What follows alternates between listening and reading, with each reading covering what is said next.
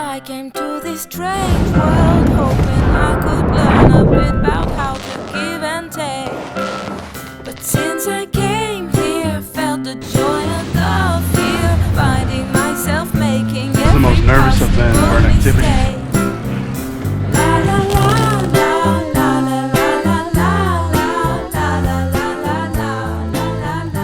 I'm a complete beginner surfer. Like, I've never surfed a day in my life, which is super ridiculous because almost a year ago I moved to the city called Surf City. Surf City? USA. The Huntington Beach was known as Surf City. Insane, right? But I grew up on Minnesota lakes. We didn't have anything like this ocean. So in this video, I'm gonna finally catch a wave, stand up on this board. And I know that sounds super easy, but it's way harder than it looks. So let's see if we can catch a wave. Surf's up, baby, let's go!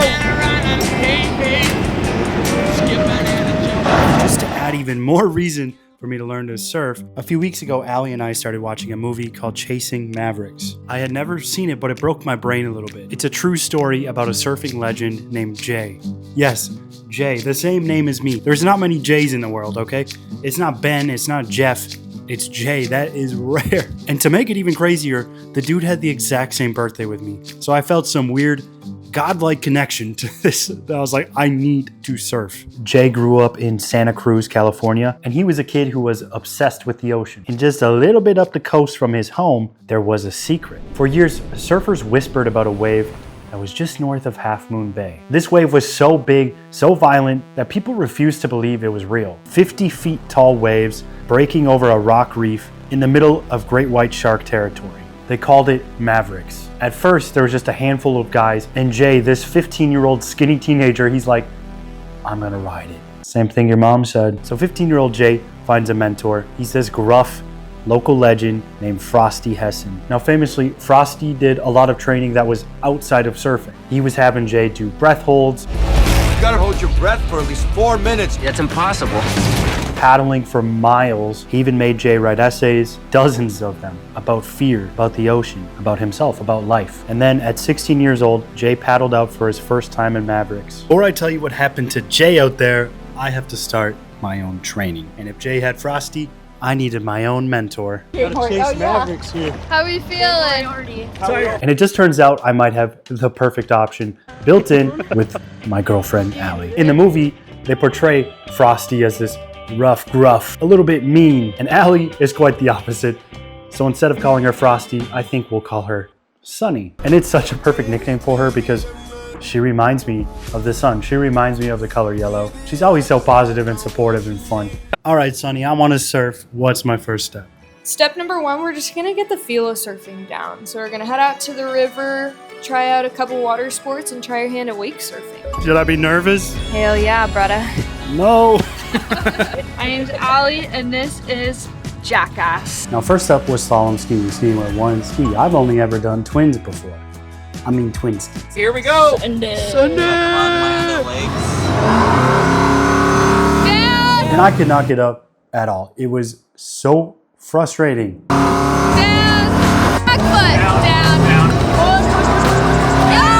Meanwhile, Allie and her whole family are out here ripping waves.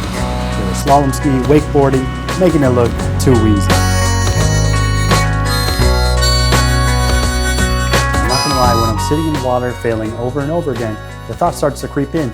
Maybe I'm not quite the athlete that I used to be. I guess that's what happens when you're a little bit above your fighting weight. Then we switch to wake surfing. Now this one I really needed to get because this is the whole point. I need to learn how to surf. You know, when somebody's really, really good at something, it's really hard for them to explain stuff to a beginner because everything that they do is second nature. This is just a coaching phenomenon. That's why it's best to have somebody coaching who's just a few steps ahead of you. When I'm listening to the directions of them, none of them were really making sense. None of them were working for me. And I started to get so frustrated. I'm like, oh my gosh, what is wrong with me? I need to stand up. And finally, I stood up. Finally, I got up on the board. And when I did get up, I started having great runs. It is so much fun to wake surf behind a boat.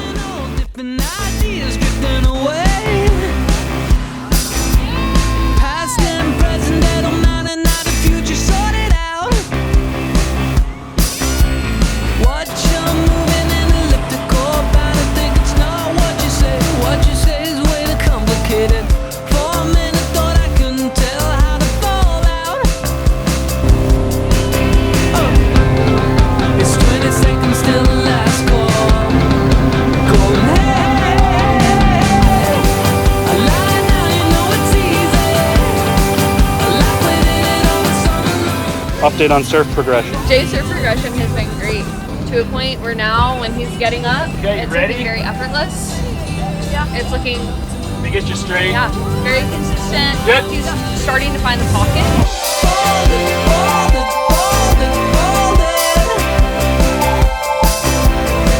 Over the next few days, I started to learn the feel, sitting in the pocket, feeling that wave push behind you. You start to feel how the tiniest little movements can change everything. I've done a lot of sports, a lot of board sports too. Snowboarding, I ski, longboard, skateboard, whatever, mountain bike. I do so many different sports, but this one was very unique. It feels just a lot different on water. Towards the end, I was really trying to focus on just using the wave itself to feel that wave, feel that pocket, and try not to rely at all on the rope. And I would say that the wake surfing journey was very, very successful. But I did really tweak my knee on one of the bad stand-ups that I had, and that might just come back to haunt me. We also had to take out the Can-Am side by side. Hold on!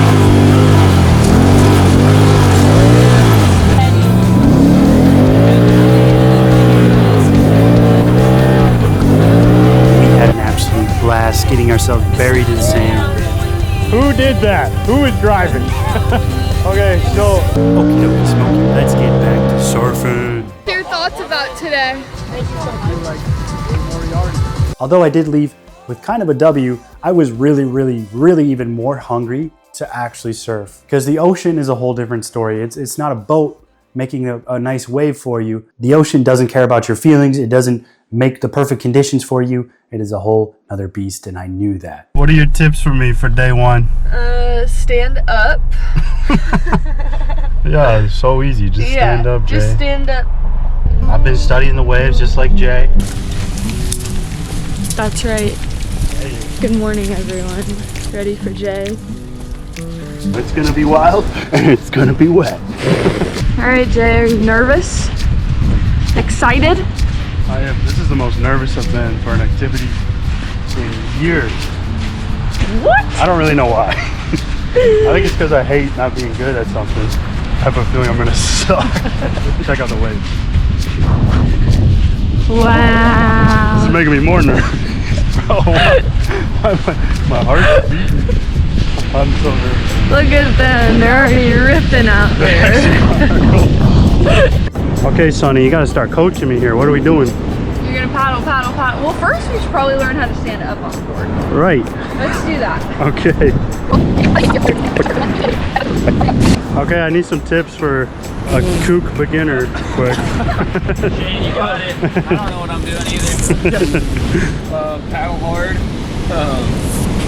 Keep your nose up. All right, coach. All right. Tell me the conditions. The conditions, it says 2 to 3. I ain't get live. They're massive. They're ripping today. Absolutely ripping. Not good. It's gonna be super conducive for a great learning environment. She's being sarcastic. All right, let's see it.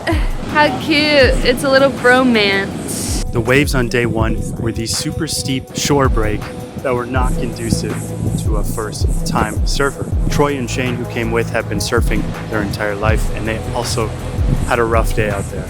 Dang, they're big. Holy shit. I had never even paddled out on a surfboard. And let me tell you, I have a new respect just for getting out there, for paddling out there. It is way harder than it looks. Watch me get destroyed.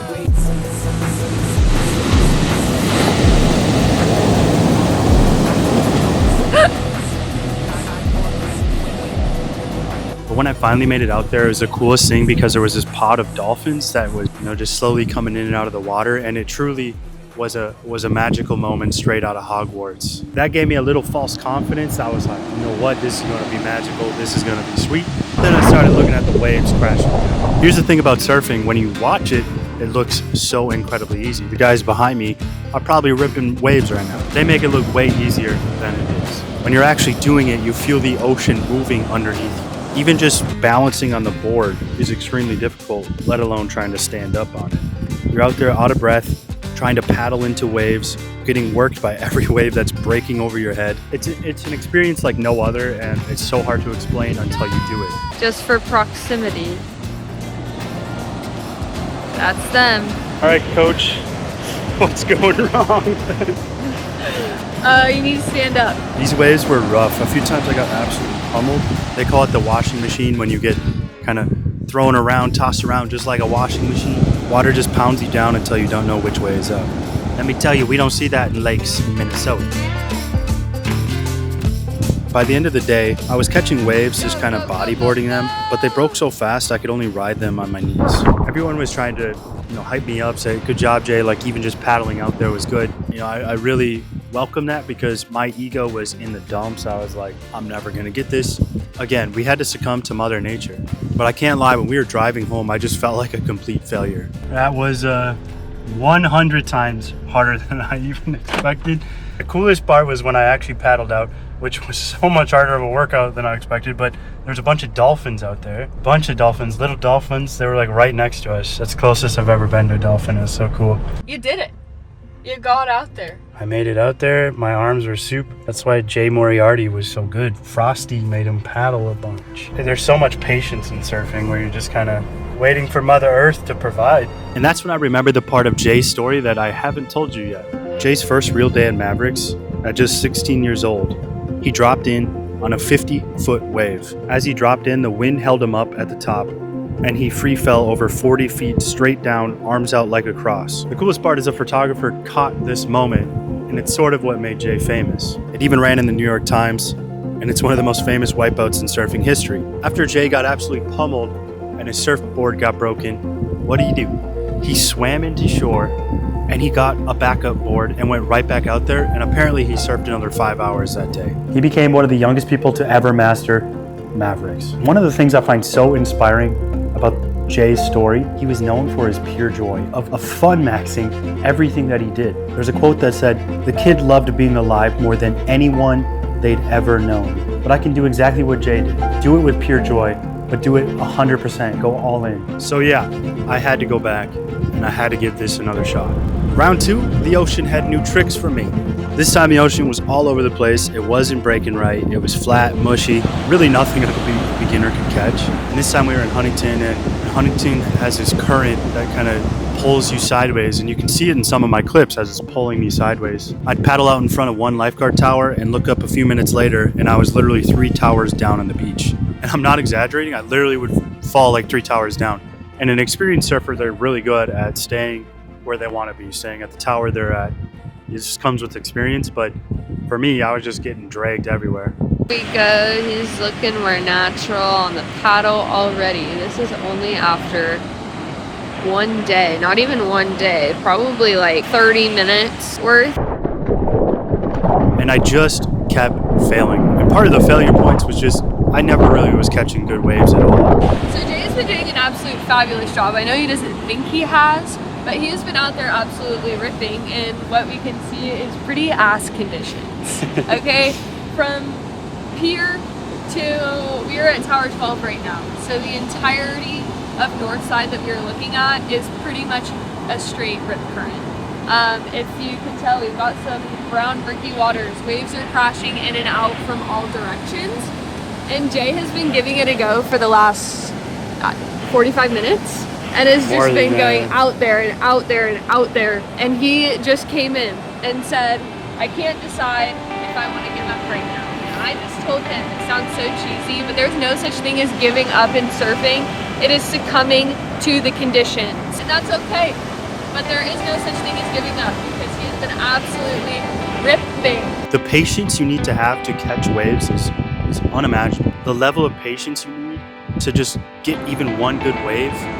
And then as a beginner, when you suck and you don't have a good attempt, it's really, really frustrating. This might be the most frustrating sport to learn, but there's also some beauty in it. Oh, come on. About damn time. Let's do it. Silver. Oh, that would have been perfect. Come on. But somewhere in all of this fighting, Here he goes. it started happening. I finally started to pop up. Now these were just kind of partial stands. You really can't even count them as stands. But to me, a few seconds here and there, this was a win. Given the conditions, given what was happening, I'm gonna take that as a win. I mean, it's really nothing you could actually call surfing. But I stood on the wave in this wild, wild ocean, like a wild, wild cowboy, and I'm counting it. I know you're probably gonna delete this, but I am so in love with you right now. I mean, I always am. But the fact that you just keep going out there and trying, I love it. Like, it makes my heart so warm and full and happy. And I love your persistence. I love the dedication. When you want to do something, you're going to do it. Even when it's something as freaking difficult as surfing. Like, you're setting your mind to it and you just keep going out there time after time after time in not great conditions, and you really are killing it. I know you don't think you are, but you are. And I love you. The great unknown, where feet may fail. But here's what I took from all of this. I didn't really become a surfer, but I did become a beginner again. And that's something that we all can use a little more of. As we grow up, we fear looking silly. We fear trying new things. We fear becoming the beginner, being bad at something, learning with your whole body, feeling your brain stretch. We just start to settle into things that we're comfortable doing. Let life be fun. Fun max. Be bad at something new. Let your mind expand. Jay Moriarty unfortunately died at 22, the day before his 23rd birthday. It happened in a free diving accident, and he was just training to be a better waterman. But he lived those years all the way. The people who knew him all say the same thing. It was never about how he died, but it was how he lived. All in, on everything, grateful for all of it. After he was gone, someone painted the words on a wall in Santa Cruz that said, "Live like Jay." Have a good time. Enjoy everything you get.